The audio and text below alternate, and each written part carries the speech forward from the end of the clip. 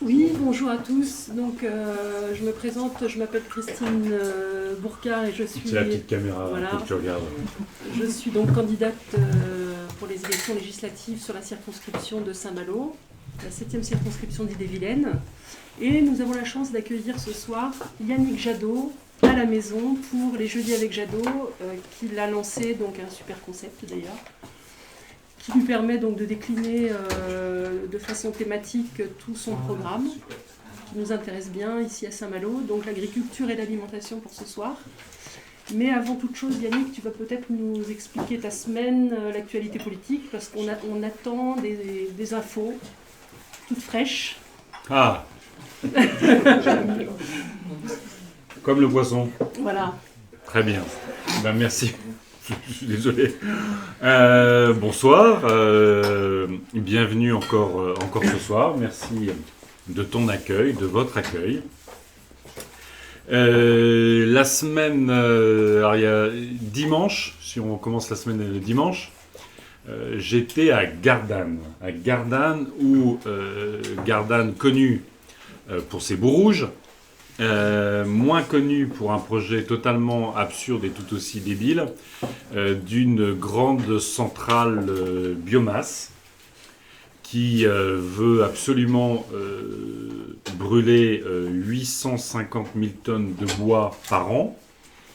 À la fois, c'est une centrale totalement inefficace puisque sur 10 arbres brûlés, il n'y en a que 3 qui servent à faire de l'électricité puisque c'est un rendement terriblement dérisoire.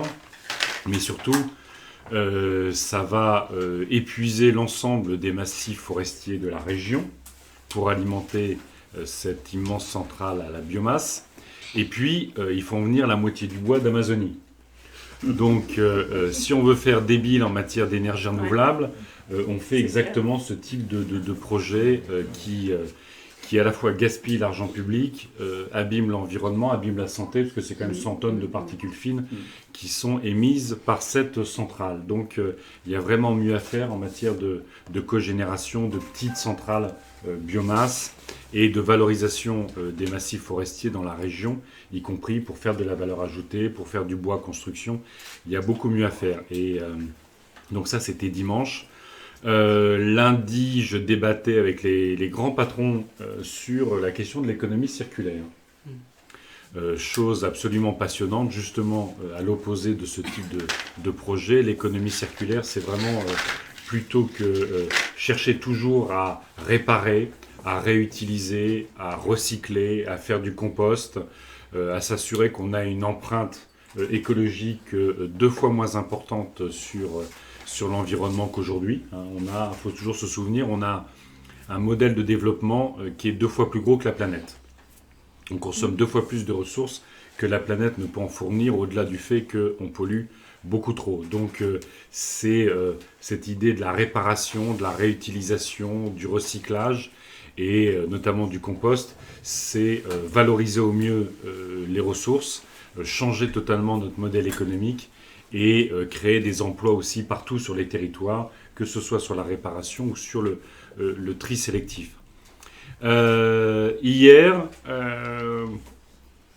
Avant-hier, j'étais aussi avec la coordination Passe en nous, qui est une coordination qui travaille beaucoup dans les quartiers populaires pour revendiquer légitimement du pouvoir, revendiquer de la participation citoyenne, de la participation économique et sociale. Évidemment, l'actualité, c'est l'interpellation et le viol d'un gamin de 22 ans qui s'appelle Théo, et c'est souvent d'ailleurs des Noirs qui se font particulièrement violenter. Il y a une exaspération énorme aujourd'hui dans les quartiers populaires, le sentiment d'abandon, que ce soit sur la question économique, sur la question sociale. Sur la question, il y a un ressentiment extrêmement violent de discrimination permanente. Vous savez qu'à la fois, on porte le récépissé lors de contrôles, pour éviter le contrôle au faciès. On porte le droit de vote des résidents étrangers. C'est aussi un enjeu formidable de dignité. mais on porte aussi l'idée qu'il faille absolument, quand on fait de la rénovation dans les quartiers, il faut que ça aille vers des entreprises locales et pas simplement les grosses comme Eiffage ou Bouygues. Il faut que ça crée de l'emploi local, il faut que ça remette de la vie économique, de la vie sociale et puis de la vie politique. Une des revendications de cette coordination Passe en nous, c'est que 5% de l'argent de la démocratie représentative, financement des partis, financement des campagnes, réserve parlementaire, aille vers les associations dans les quartiers pour qu'elles... Il ne faut pas simplement leur reconnaître l'idée qu'elles doivent participer à la vie. On sait que dans beaucoup de villes, dans beaucoup de quartiers, il y a beaucoup de clientélisme dans la gestion des associations. Là, l'idée, c'est de leur garantir un financement pérenne qui puisse leur permettre d'être un vrai contre-pouvoir dans notre vie démocratique. Et puis hier, et j'arrive sur le thème de la semaine, j'étais à la FNAB, donc la Fédération nationale de l'agriculture biologique, qui auditionnait les candidats à l'élection présidentielle. J'étais le seul candidat, les autres avaient envoyé des représentants. Ça dit aussi leur intérêt pour l'agriculture biologique. Et c'est le thème qu'on va développer pendant ces 2 jours en Bretagne. Quand j'ai commencé, moi, ma vie professionnelle, j'ai fini mes études sur l'économie et beaucoup sur la question des agricultures dans les pays du Sud. Je suis parti 2 ans vivre et travailler au Burkina Faso. Travailler justement sur la question de l'agriculture, notamment l'agriculture vivrière au Burkina Faso. Et quand on est au Burkina Faso, 1 ou 2 pluies manquantes l'été, c'est potentiellement beaucoup d'insécurité alimentaire, voire de la famine. Et puis après, je suis allé vivre et travailler au Bangladesh. Là, c'est un peu l'inverse. 1 ou 2 pluies de trop. Et ce sont des inondations qui peuvent être dramatiques. Et on voit dans ces pays-là, et c'était ma première finalement réalité sur les questions de politique agricole, de sécurité alimentaire, on voit à quel point la vie, le développement dépendent des conditions environnementales liées à l'agriculture. Donc j'ai travaillé pendant des années sur les enjeux de souveraineté alimentaire, y compris sur la question des OGM à l'échelle internationale. Et le sujet de l'agriculture, c'est vraiment, je ne vais pas dire c'est un sujet vital parce que c'est une lapalissade, mais de dire à quel point ça structure nos sociétés, même si dans nos sociétés développées, on a l'impression qu'on a pris de la distance dès qu'on est consommateur par rapport à l'agriculture, par rapport aux conditions de production. On ne sait plus bien d'où viennent les produits qu'on consomme. On ne sait pas très bien dans quelles conditions ça a été produit ou dans quelles conditions les animaux ont été élevés et abattus. Ce qui est certain, c'est qu'à l'échelle internationale, à l'échelle mondiale comme à l'échelle locale, si on veut lutter contre le dérèglement climatique, si on veut lutter contre l'épuisement des sols, si on veut assumer la démographie qui va continuer à croître à l'échelle mondiale, si on veut assumer la tendance à l'urbanisation dans nos sociétés, si on veut assumer la protection de notre santé, eh ben, il faut changer de modèle agricole. Il faut aller vers un modèle agricole qui existe déjà, mais qui est trop souvent en marge des politiques publiques. C'est le modèle agricole de l'agriculture paysanne durable qui doit aller progressivement vers l'agriculture paysanne biologique. Et pour ça, on a des outils de politique publique. Jusqu'à maintenant, la plupart des politiques agricoles, qu'elles soient nationales ou européennes, ont trop souvent favorisé les grosses exploitations. Et beaucoup d'argent, c'est plus facile de toucher de l'argent quand on met des pesticides que quand on veut les supprimer. Et pourtant, notre programme, c'est de sortir des pesticides, d'avoir une France zéro pesticide en 15 ou 20 ans selon l'ambition et les moyens qu'on y mettra. C'est un enjeu difficile.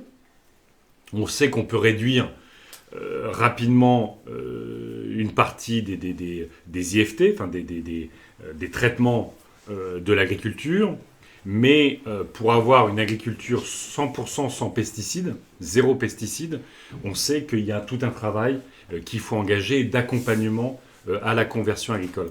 Il y a 3-4 ans, depuis une ferme à Saint-Pern, où on va retourner demain, avec René Louaille, on avait lancé l'appel de Saint-Pern, qui visait à faire en sorte que 100% de la restauration collective, qu'elle soit privée ou publique, les écoles, les hôpitaux, les maisons de retraite, mais évidemment la restauration collective d'entreprises, proviennent, soient issues de l'agriculture paysanne locale ou biologique. Et d'affecter à ça 50% des fonds de la politique agricole commune. La politique agricole commune dans notre pays, c'est 9 milliards par an, 9 milliards d'euros par an. Et donc on peut, avec ces fonds-là, aider, accompagner les paysans pour sortir d'un modèle dans lequel ils sont totalement piégés aujourd'hui, entre l'alimentation animale, notamment le soja qui vient du Brésil, qui participe de l'appauvrissement du Brésil, qui participe de la sécurité alimentaire, qui participe de la destruction de l'Amazonie, et avec une agriculture qui parfois, on le sait, notamment en Bretagne, à travers des élevages très intensifs, produisent un élevage de piètre qualité pour l'exporter et inonder les marchés mondiaux en espérant être concurrentiel avec les Brésiliens et beaucoup d'autres. Cet objectif-là, il est complètement dingue. Ça veut dire beaucoup d'argent public, ça veut dire avoir des cadences de plus en plus infernales pour les salariés de ce type d'élevage et de filière agroalimentaire. Et ça veut dire beaucoup de maltraitance des animaux et ça veut dire beaucoup de pollution. Donc il faut véritablement sortir de ce modèle-là. On sait comment faire.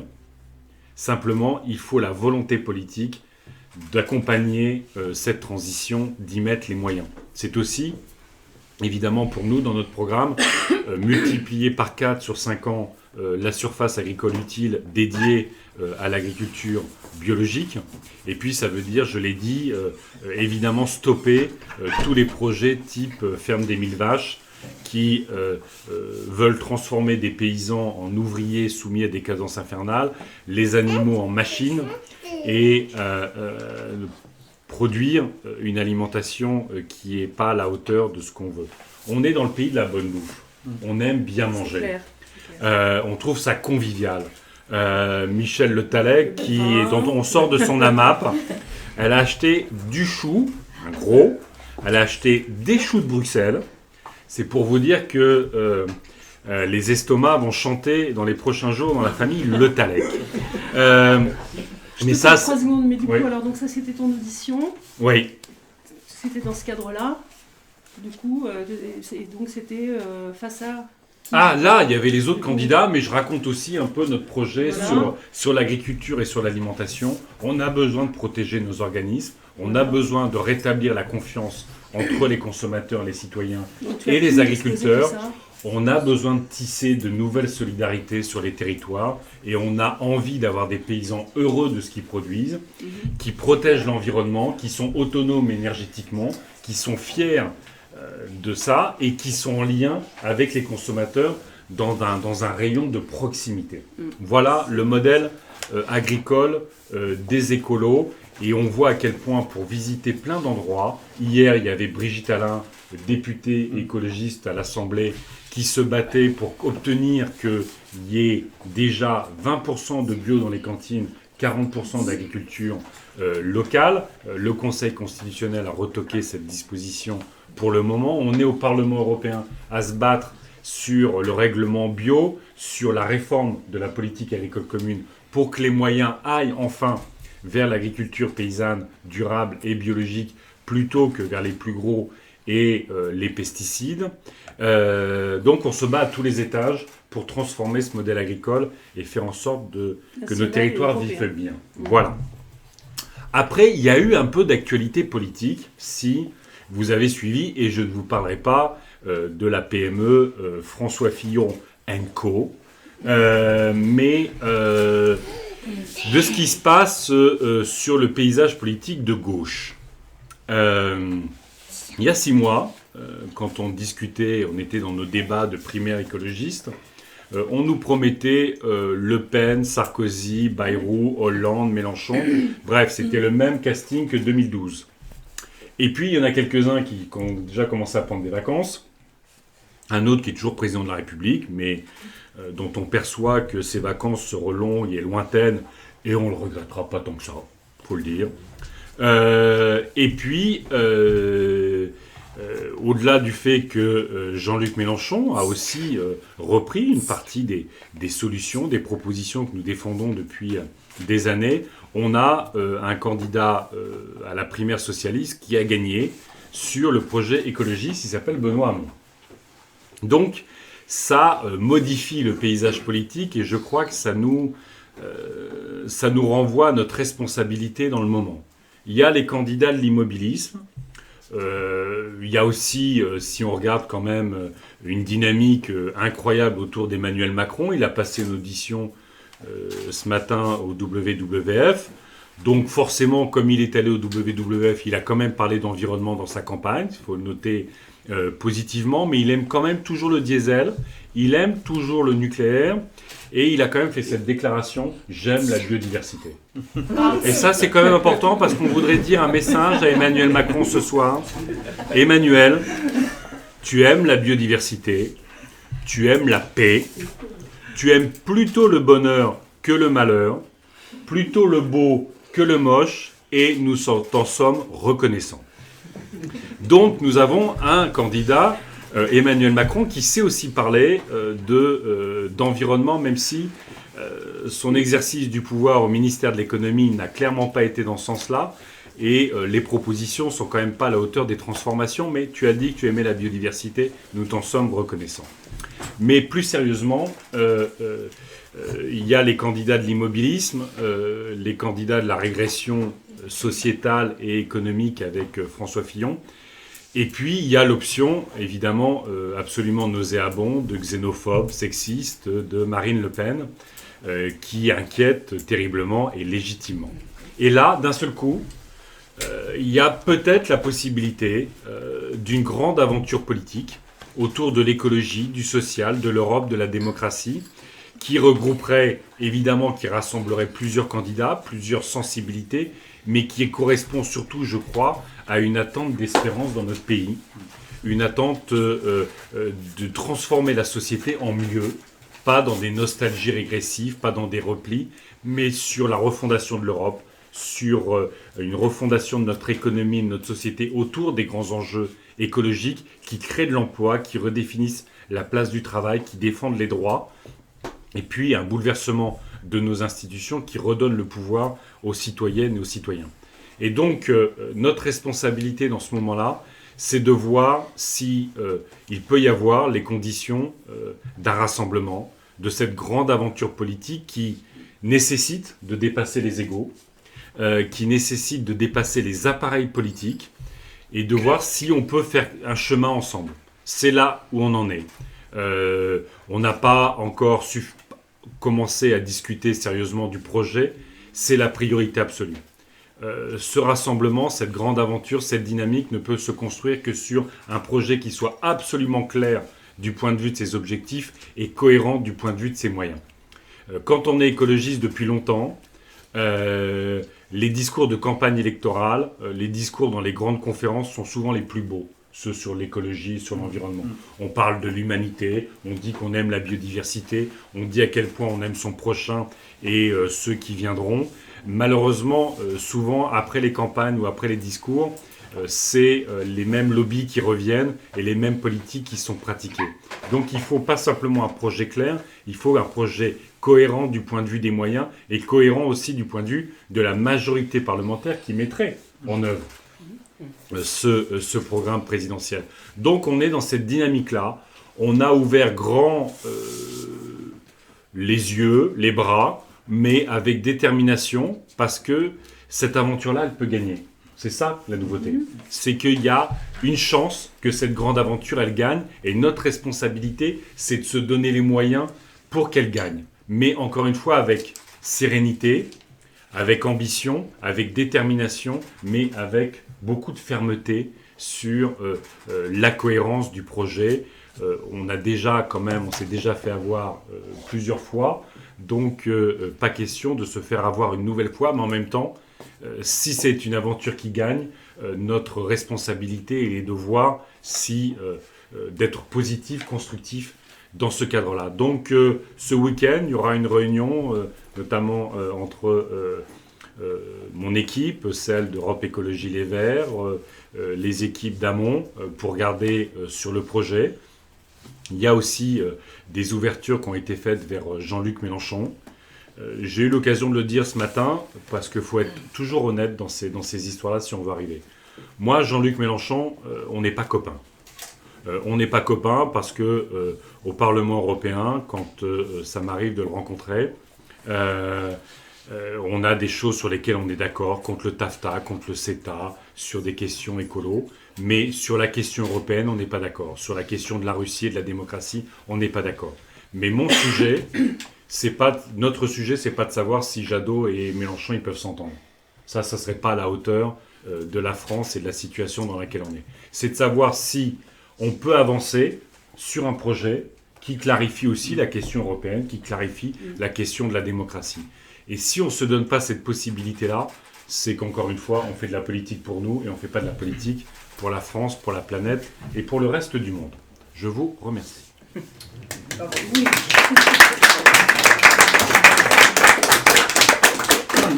Voilà, maintenant c'est les questions, les commentaires. Axel. Oui, Michel. donc Michel, je suis secrétaire régional donc Europe Écologie Les Verts. Donc merci pour cette introduction. Je voulais savoir, en Bretagne, la question de l'élevage, tu as fait écho, la question de l'élevage intensif, hors sol, etc. C'est vraiment une plaie et un gros problème avec l'agroalimentaire, etc. Il y a un gros projet dans le Finistère, à Landes-du-Nez, actuellement contre lequel on se bagarre. Je voulais savoir qu'est-ce qu'on peut dire pour convaincre à la fois les agriculteurs, à la fois les gens qui travaillent, on les a rencontrés d'ailleurs à la Copperle, dans les abattoirs, toi à Carmenet, pas loin de Dinan, etc., pour leur dire qu'on peut transformer, tu disais, c'est possible en 5, 10 ans, etc. Qu'est-ce qu'on peut leur dire? Parce que c'est la crainte des pertes d'emploi, c'est tout ça. Donc, qu'est-ce qu'on peut leur dire? Les pertes d'emploi, c'est avec le modèle qui existe aujourd'hui. L'agriculture, c'est un plan social de 30 000 emplois par an. Donc ce modèle-là, non seulement, on l'a dit, il pollue, non seulement il rend malade ceux qui sont au cœur de ce modèle-là, que ce soit les agriculteurs, les éleveurs ou les salariés de l'agroalimentaire. Et ceux qui se suicident. On a plus d'un suicide par jour, et des faillites et des situations familiales, sociales absolument dramatiques. Au-delà du fait qu'en tant que consommateur ou citoyen, on n'est pas content. Donc ce modèle-là, il n'est pas vivable en l'état. Le sujet, c'est comment on organise cette transition. Dans le projet que je porte, il y a ce qu'on appelle les contrats territoriaux de transition écologique. On se met d'accord sur un territoire. Par exemple, la région Bretagne, qui a des moyens, la région Bretagne, des compétences et des moyens. On fixe un plan sur 10 ans d'accompagnement, de réorientation de la filière, pour aller vers la valeur ajoutée, pour aller sur des emplois plus qualifiés, pour aller sur des productions à plus haute rentabilité, valeur ajoutée, y compris gustative, de terroir et tout ça. Et ce contrat, il est passé entre les entreprises, les syndicats, les associations, et évidemment avec tous les moyens des collectivités locales comme de l'État. À partir du moment où on s'est fixé le plan de réorientation, on met les moyens de la puissance publique, à travers les marchés publics, à travers la fiscalité, à travers tous les outils. Et l'objectif, c'est qu'il n'y ait pas un salarié au bord de la route. La transition écologique, elle crée de l'emploi. C'est le modèle aujourd'hui qui en détruit.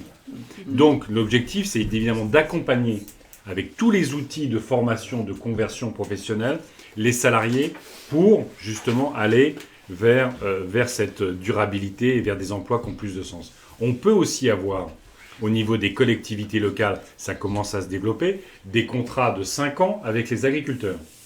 On dit, sur 5 ans, vous allez fournir la restauration collective, mais on va vous payer au prix du bio, et vous allez, pendant toute cette période-là, faire la conversion. Donc on assure des débouchés, on assure déjà la rémunération au prix du bio, avec l'obligation, évidemment, pour les producteurs, de passer en bio.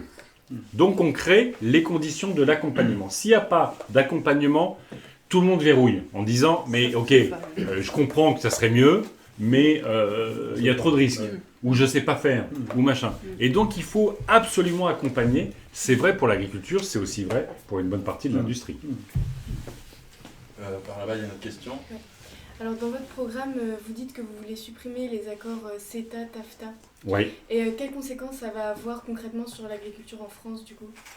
Alors, j'ai justement fait la semaine dernière une conférence de presse avec des experts, des centres de recherche sur l'agriculture et puis les filières bovines et porcines qui seront particulièrement impactées. Pourquoi?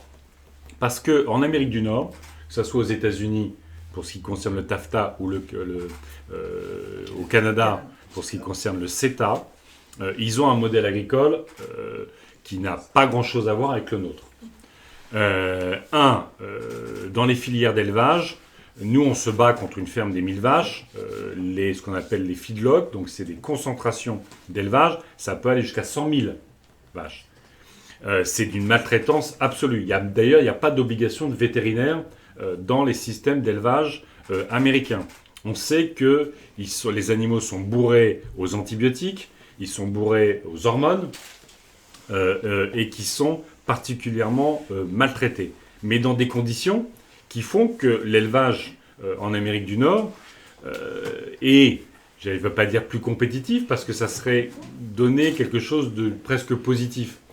Forcément, dans ces conditions-là, leur élevage coûte moins cher que chez nous. Et le CETA, notamment, qu'on va voter la semaine prochaine au Parlement européen, nous, évidemment, on va voter contre, mais on va voter sur le CETA. D'autres, une partie des sociodémocrates et puis la droite va voter pour, va allouer un quota de près de 70 000 tonnes, par exemple, de viande bovine. Alors, du coup, avec ça, les Canadiens vont créer une filière sans hormones, mais toujours blindée aux antibiotiques avec les animaux maltraités, et ils ne vont envoyer que des morceaux de haute qualité sur le marché européen. C'est ce qu'on appelle les morceaux d'aloyaux, notamment toute la partie arrière du bœuf, c'est ce qui fait les grillades, l'été, tout ça. C'est aussi sur ces morceaux-là que les éleveurs européens gagnent leur vie. Bien sûr, ouais.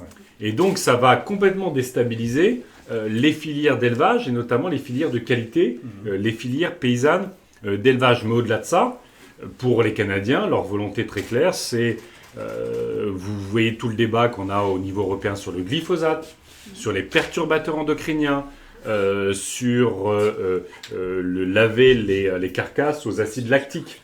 Tout ça, c'est des choses qui n'existaient pas. Il y a encore, sur lesquelles on n'arrive pas à avancer sous la pression des lobbies de la chimie et des pesticides, notamment nord-américains. Donc c'est pas simplement déstabiliser totalement nos filières d'élevage, c'est remettre en cause tout ce qu'on a pu acquérir en matière de normes, même si elles sont insuffisantes au niveau européen. Et puis le Canada, c'est quand même là où on produit les pétroles les plus dégueulasses du monde, les sables bitumineux, et Trump vient de réautoriser le fameux oléoduc Keystone XL qui va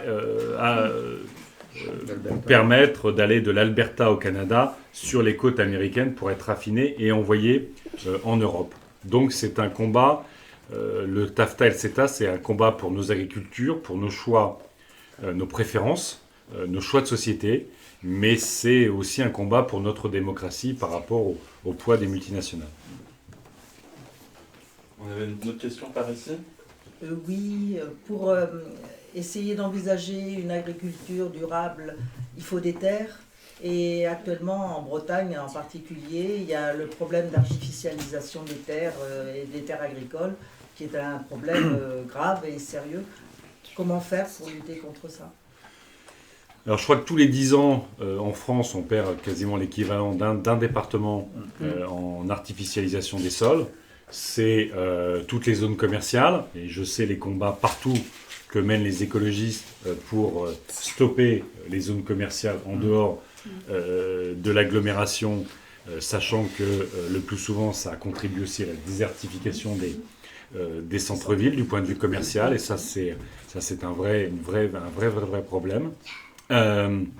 Et puis c'est le fantasme du pavillon en périurbain ou à la campagne, qui participe aussi de l'artificialisation, parfois avec des zones pavillonnaires où ne sont pas prévus les transports collectifs, où il n'y a pas de culture, il n'y a pas de service public. Donc on crée des sortes d'îlots qui peuvent parfois être plus confortables qu'en ville, quand on y habite, mais qui perturbent particulièrement l'environnement.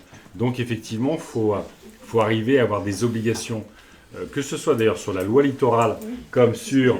parce qu'il y a aussi la question de la loi littorale, qui vient se coupler, plus la question des PLU et tout ça, qui doivent viser à la densification des zones déjà habitées, plutôt qu'à l'artificialisation des sols.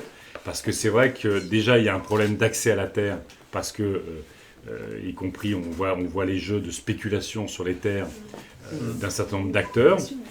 Donc ça rend difficile l'installation, notamment l'installation des jeunes, mais qu'en plus, cette spéculation immobilière, elle est rattachée aussi parfois à la conversion des terres agricoles en terres constructibles. Une autre question, peut-être, Michel? Oui. Donc ici à Saint-Malo, on est dans une zone de maraîchage. Et les petites exploitations, même si elles sont en bio, sont souvent n'ont pas la possibilité et la quantité, ne produisent pas la quantité nécessaire pour pouvoir se postuler sur les marchés publics pour la restauration collective. Alors on a essayé d'imaginer comment on pourrait peser sur les politiques publiques pour qu'elles puissent proposer des solutions, pour que ces gens-là puissent se regrouper aisément. Est-ce que tu aurais des idées à ce sujet? Comment est-ce qu'on pourrait aider ces petits producteurs bio à répondre aux appels d'offres pour les marchés publics et que la quantité produite ne soit pas un obstacle? Alors ça, effectivement, c'est pour ça que c'est important de réorienter une partie des fonds de la politique agricole commune pour aider à structurer les filières, y compris, ne serait-ce que pour la question du transport. Organiser ensemble le transport, déjà la logistique du transport, c'est pas rien. Et puis, je crois qu'il doit y avoir aussi une discussion aujourd'hui avec les autorités sanitaires qui gèrent les cantines scolaires. Évidemment, il faut que les produits soient sains, mais parfois on est sur une standardisation des produits qui doivent être fournis, notamment dans les cantines scolaires, qui peut-être est excessive.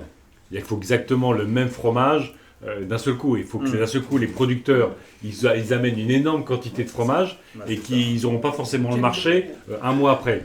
Oui, donc il faut, voilà, la question y compris de la forme de la patate et tout ça pour que ça passe dans les machines. Donc il doit y avoir, à mon avis, aussi une discussion qui peut être aussi créatrice d'emplois autour des cuisines dans les cantines pour s'adapter aussi à une agriculture moins standardisée.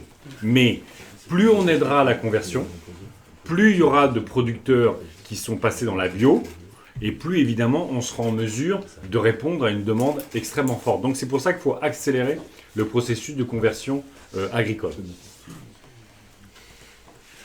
On a une question par ici.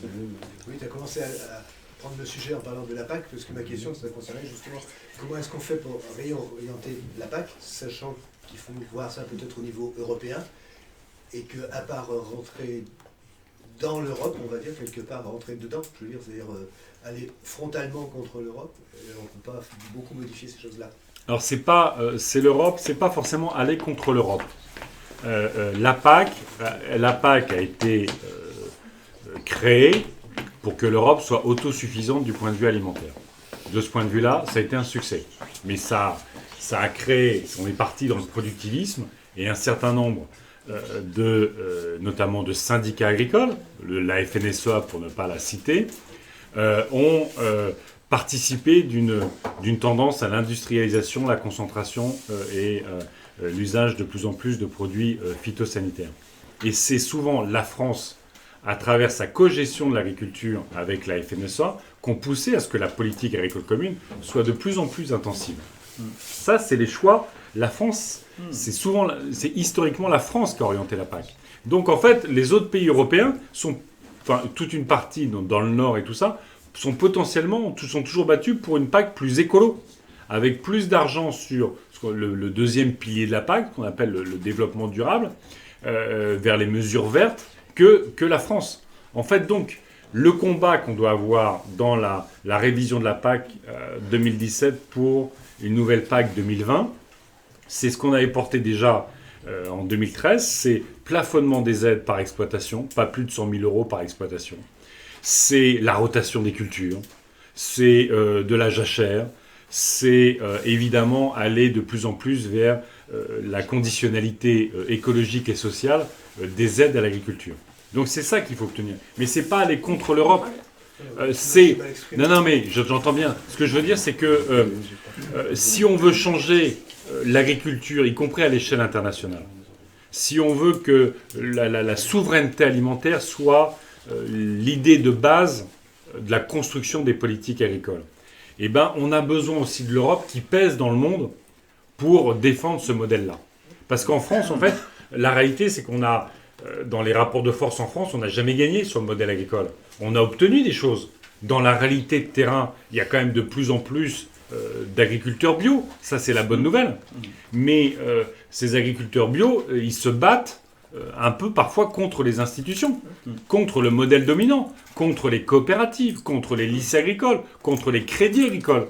Donc pour eux, heureusement qu'ils sont structurés en réseau, qu'ils ont de l'ambition et de la détermination. Parce que si on veut être tranquille, vaut mieux écouter le conseiller technique de chez Monsanto, et il vous organise votre production, et il vous dit exactement à quelle heure, tel jour, vous devez traiter, et c'est facile.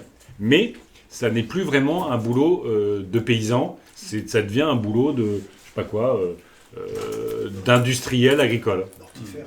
Mortifère, voilà. C'est ça. Donc moi je me fais porte-parole d'une question Facebook qui rejoint un peu une question que je vais poser aussi. Donc je lis la question. Tout le monde veut manger bien, bio, local, etc. Mais c'est plus cher et tout le monde n'a pas les moyens. Qu'en pensez-vous? Et je rajouterai là-dessus, ma question c'est comment est-ce que dans votre programme vous envisagez d'accompagner les citoyens aussi sur une transition, un changement de consommation? C'est vrai que le bio, parce que là on est côté consommateur, coûte souvent plus cher que ce qu'on peut trouver issu de l'agriculture conventionnelle. C'est pas toujours vrai. Les exemples montrent que dans des zones où justement la bio c'est bien développé, c'est bien organisé, on arrive à des prix qui sont équivalents. Et puis, tout à l'heure, je disais, on était à la MAP. Il y a aussi tous ces circuits courts qui se mettent en place où des consommateurs, sans être membres d'une AMAP, viennent et achètent à des producteurs locaux. De manière, comme ils vont dans n'importe quel magasin, ils achètent. Et parce qu'ils peuvent choisir les quantités, parce qu'ils peuvent choisir ce dont ils ont besoin, en fait, ça greffe pas forcément le pouvoir d'achat. Troisièmement, je l'ai dit, c'est en massifiant l'agriculture biologique, pas en l'industrialisant, en la massifiant au sens où il y a de plus en plus d'agriculteurs bio, qu'elle sera en capacité de s'organiser davantage et donc de réduire ses coûts. Après, il y a aussi comment on fait évoluer nos régimes alimentaires. Là, tu as raison, il y a un enjeu d'éducation. Moi, je suis, par exemple, pour qu'à la télé, tous les soirs, vous savez, il y a tous ces programmes entre 20h30 et 21h, là, qu'on mette des recettes, par exemple, des recettes sans viande, des recettes végétariennes. Mais pour montrer spontanément, la logique, c'est de dire, j'achète une viande, et puis j'essaye de voir l'accompagnement. D'ailleurs, au restaurant, c'est marqué accompagnement. Donc, c'est la viande qui est le cœur, et c'est l'accompagnement. On sait qu'on doit réduire notre consommation de viande pour notre santé et pour le climat, sans même parler de la question de la condition animale. Mais on sait qu'on, pour notre santé et pour le climat, il faut réduire. Donc on aurait des recettes rapides très bonne pour montrer qu'on peut cuisiner sans viande, c'est aussi une façon d'avoir un coût moins cher de son alimentation. Et puis après, la question du pouvoir d'achat est une question à traiter aussi socialement, sur la question des minima sociaux, sur la question du revenu universel, sur la question des dépenses contraintes. Si on réduisait les dépenses, par exemple, notamment liées au logement, qui deviennent une dépense extrêmement lourde pour les Français, c'est aussi plus de pouvoir d'achat pour autre chose. Donc il faut travailler sur toute la chaîne, mais ce qui est sûr, c'est qu'en développant beaucoup plus l'agriculture biologique, elle deviendra à un coût équivalent. Et puis de toute façon, il faut toujours rappeler qu'on finit toujours par payer. Aujourd'hui, en Bretagne, on paye quand même pour enlever les algues vertes sur les plages. On paye pour traiter l'eau. On paye nos problèmes de santé. Pour les agriculteurs, on paye donc les coûts, ce qu'on appelle les externalités, c'est-à-dire les coûts liés à cette agriculture très polluante. On finit toujours par le payer, soit à travers nos impôts, soit à travers notre santé. Donc, l'agriculture biologique a cet avantage qu'il n'y a pas de coût externe à l'agriculture biologique, alors qu'à l'agriculture industrielle, il y a beaucoup de coûts externes qu'on finit toujours par payer. Et c'est important parce que je parlais tout à l'heure des quartiers populaires. C'est eux qui morflent toutes les pollutions. C'est eux qui sont le plus souvent mal logés, avec tous les problèmes de santé qu'il y a au mal logement. C'est eux qui ont la précarité énergétique, avec tous les problèmes de santé liés à la précarité énergétique. C'est eux qui ont souvent la malbouffe, avec tous les problèmes de santé qu'il y a à la malbouffe. Et ceux qui sont le plus mal placés par rapport à la circulation et par rapport au pic de pollution, avec tous les problèmes de santé liés à la pollution de l'air. Donc on a, s'il y a bien un sujet qui est social, c'est l'écologie. Oui, alors excusez-moi, on m'a demandé de parler fort parce que le micro est loin. Donc je vais parler fort. Je ne suis pas du tout compétent en agriculture, mais en vous écoutant, mais qui travaille en milieu rural, donc qui a des enfants d'agriculteurs dans son établissement. Vous avez parlé effectivement de textes, de choses, mais moi je connais aussi des agriculteurs qui font du conventionnel, qui travaillent beaucoup, qui sont très peu payés, et qui sont très fiers de leur agriculture et de leur modèle. J'en connais. Et parallèlement à ça, il y a des écoles qui forment des jeunes en agriculture, et ces jeunes ont du mal à s'installer. Et la question que je me pose, sans vraiment y avoir réfléchi avant, c'est qu'est-ce qu'il y a comme proposition à faire pour que ces jeunes qui s'installent, eux, commencent dans un autre modèle que leurs anciens, et en fait, sur une ou deux générations, on devrait avoir réglé le problème. Alors, je ne sais pas s'il y a des propositions par rapport à ça. On va essayer de faire un peu plus rapidement que 2 générations, mais ce qui serait pas mal. Parce que mais ça serait pas mal. Mais en même temps, c'est ça. Voilà. Et donc, le temps est déjà passé. On est déjà dans le temps long, mais et en même temps, comme on est là, voilà, tous les jours, on essaye que ça avance, quoi. C'est vrai qu'on est très centré sur la pédagogie, mais bien il est vrai sûr. que c'est un axe. Les lycées agricoles, pendant longtemps, ont totalement ignoré la question environnementale et de la bio. Heureusement, c'est en train de changer. Il y a des enseignements obligatoires, tout ça, mais je le disais tout à l'heure, tout le système a contraint les agriculteurs dans un modèle. Et y compris quand vous êtes un agriculteur et qu'on vous dit « on va te filer un crédit », quasiment cadeau, tu vas t'acheter un gros beau tracteur, et après, qu'est-ce qu'on fait? Ah ben maintenant, il faut que tu le rembourses. Il faut que tu le rembourses, et donc il faut que tu conserves ton modèle. Donc on connaît parfaitement toute la dynamique, comment les agriculteurs, à qui on a dit produisez, parce que vous allez, y compris, vous allez nourrir la planète. Ouais, mon œil, on a surtout détruit pas mal de filières vivrières dans des pays du Sud notamment, mais on leur a dit...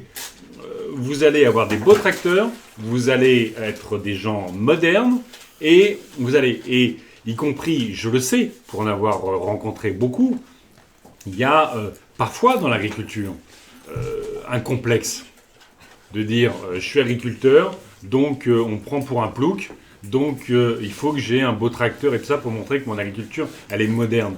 Discuter avec les agriculteurs sur un champ. Le rêve, parfois, dans la tradition, c'est que le champ, il n'y ait pas une herbe, il n'y ait pas un coquelicot, que le truc, il soit tous à la même taille, tous de la même couleur, parce que c'est un beau champ. La réalité, c'est que pour tous ceux qui travaillent aujourd'hui en bio, ils savent à quel point le champ, le sol restera plus fertile et tout ça, si on laisse d'autres plantes. Y compris, ça résoudra les problèmes d'attaque et de choses comme ça. Mais longtemps, on a dit, un beau champ, c'est le champ tout jaune, avec une seule plante et machin, et donc je te fous du Roundup, en veux-tu, en voilà, et je te mets des OGM et des trucs. Donc, c'est de cette image-là dont il faut sortir. Et ça, c'est effectivement beaucoup au niveau des lycées agricoles, mais on a aussi toute une... vous savez, c'est marrant cette question de la transmission. C'est un sujet d'énorme souffrance dans le milieu agricole, de ne pas pouvoir transmettre sa ferme. Parce que, y compris, c'est un métier, tu l'as dit, qui est très dur, et ça, c'est vrai. C'est un métier qui est en danger socialement permanent. Et donc, finalement, les agriculteurs eux-mêmes préfèrent que leurs enfants fassent autre chose. Mais c'est un vrai traumatisme. Parce que le plus souvent, ils ont récupéré la ferme de leurs parents, qui la tenaient de les parents, et tout ça. Donc, il y a un vrai traumatisme de travail qui est lié à la non-transmission. Et on a toute une génération qui est en train de partir. On a à la fois cette concentration, mais on a toute une génération qui est en train de partir et qui n'est pas remplacée. Et donc, il faut faciliter l'accès à la terre, je ne sais plus qui en parlait tout à l'heure, mais il faut le faire autour d'un modèle agricole différent. Mais moi, j'ai vu plein de jeunes... On le fait comment ? Et la force publique est où là-dedans ? C'est ce que j'ai dit. Enfin, j'ai dit sur l'enseignement agricole, j'ai dit tous les contrats de transition qui permettent d'accompagner, de favoriser la conversion des trucs. Mais c'est aussi...